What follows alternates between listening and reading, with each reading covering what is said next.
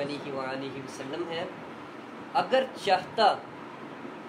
تو بغیر کسی محنت کے، بغیر کسی مشقت کے تمام کی تمام روئے زمین کو مسلمان فرما دیتا، لیکن اللہ تبارک و تعالی کی حکمت یہ تھی کہ نبی پاک صلی اللہ علیہ وآلہ وسلم کو ایک ایسے معاشرے میں بھیجا گیا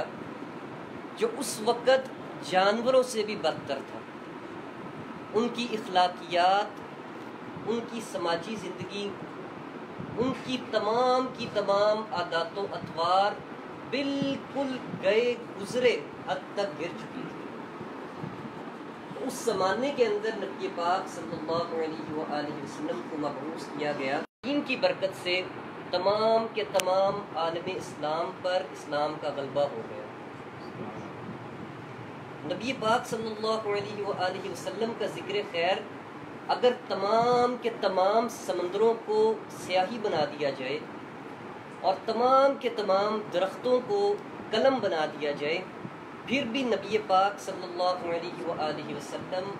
آپ کے اوصاف کا ایک باب کا بھی حق ادا نہیں کیا جا سکتا۔ اور نہ صرف 1400 سال بلکہ جب سے اس کائنات کی تخلیق ہوئی ہے،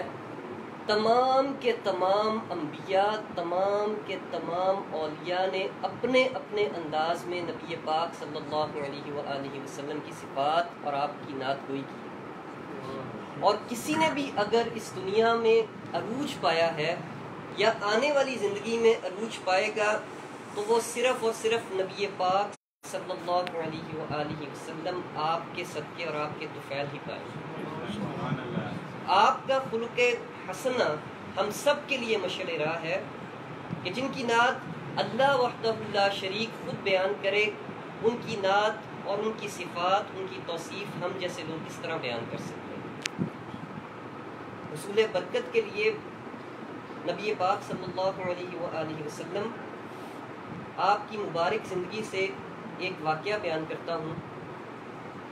کہ جس وقت نبی پاک صلی اللہ علیہ وآلہ وسلم آپ مدینہ شریف میں جلوہ گر ہوئے تو وہاں پر بہت تعداد میں یہودی موجود تھے۔ جس وقت انہیں پتہ لگا تو جو ان کے علماء تھے انہوں نے نبی پاک صلی اللہ علیہ وآلہ وسلم آپ کی شان میں اترنے والی تورات کی آیات کو حذف کر دیا، اس میں تحریف کر دی، اور وہ تمام کے تمام نسخے غائب کر دیے جس کے اندر نبی پاک صلی اللہ علیہ وسلم آپ کی نشانیاں، آپ کا اسوہ حسنہ، تمام کی تمام چیزیں موجود تھیں۔ بعض ایسے یہودی تھے جنہوں نے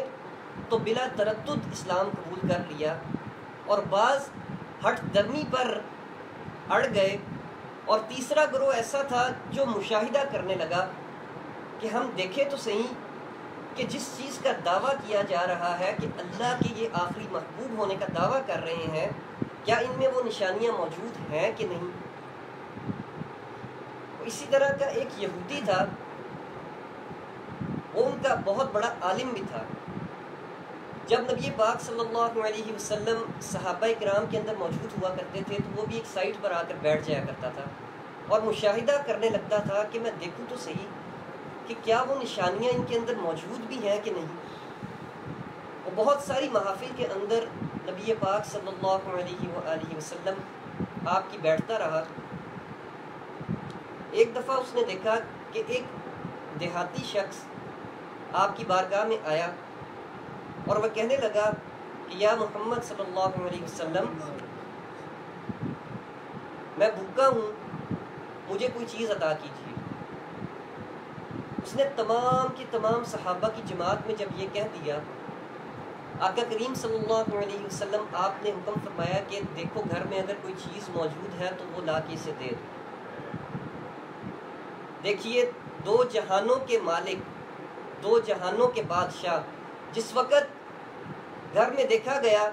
تو اس وقت کوئی بھی چیز گھر میں دینے کے لیے موجود نہ تھی۔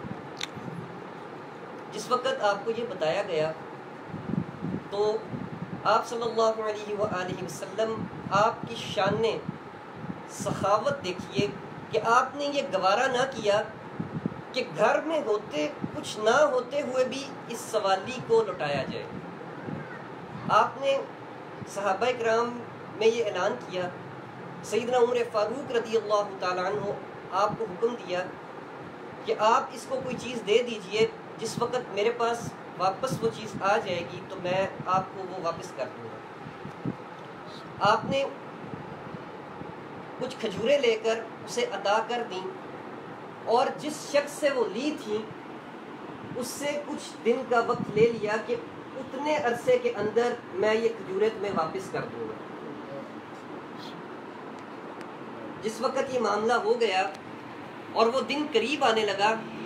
تو اس دن کے آنے سے پہلے ہی جس شخص نے وہ کھجوریں دی تھی، اس یہودی نے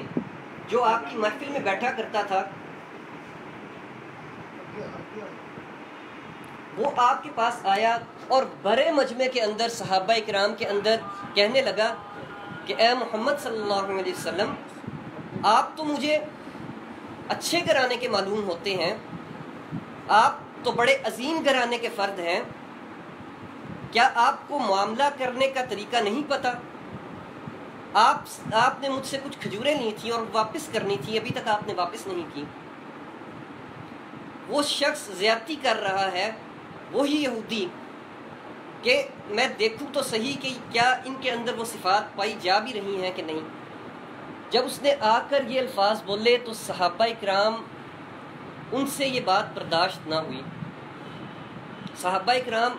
آپ کا عشق اور محبت دیکھیے کہ جس وقت نبی پاک صلی اللہ علیہ وسلم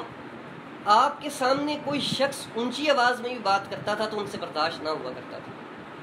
سیدنا عمر فاروق رضی اللہ تعالیٰ عنہ آپ کھڑے ہوئے اور کہنے لگے کہ میں تیری گردن اڑا دوں گا، تو نے میرے نبی کی بارگاہ میں گستاخی کی جرت کیسے کی؟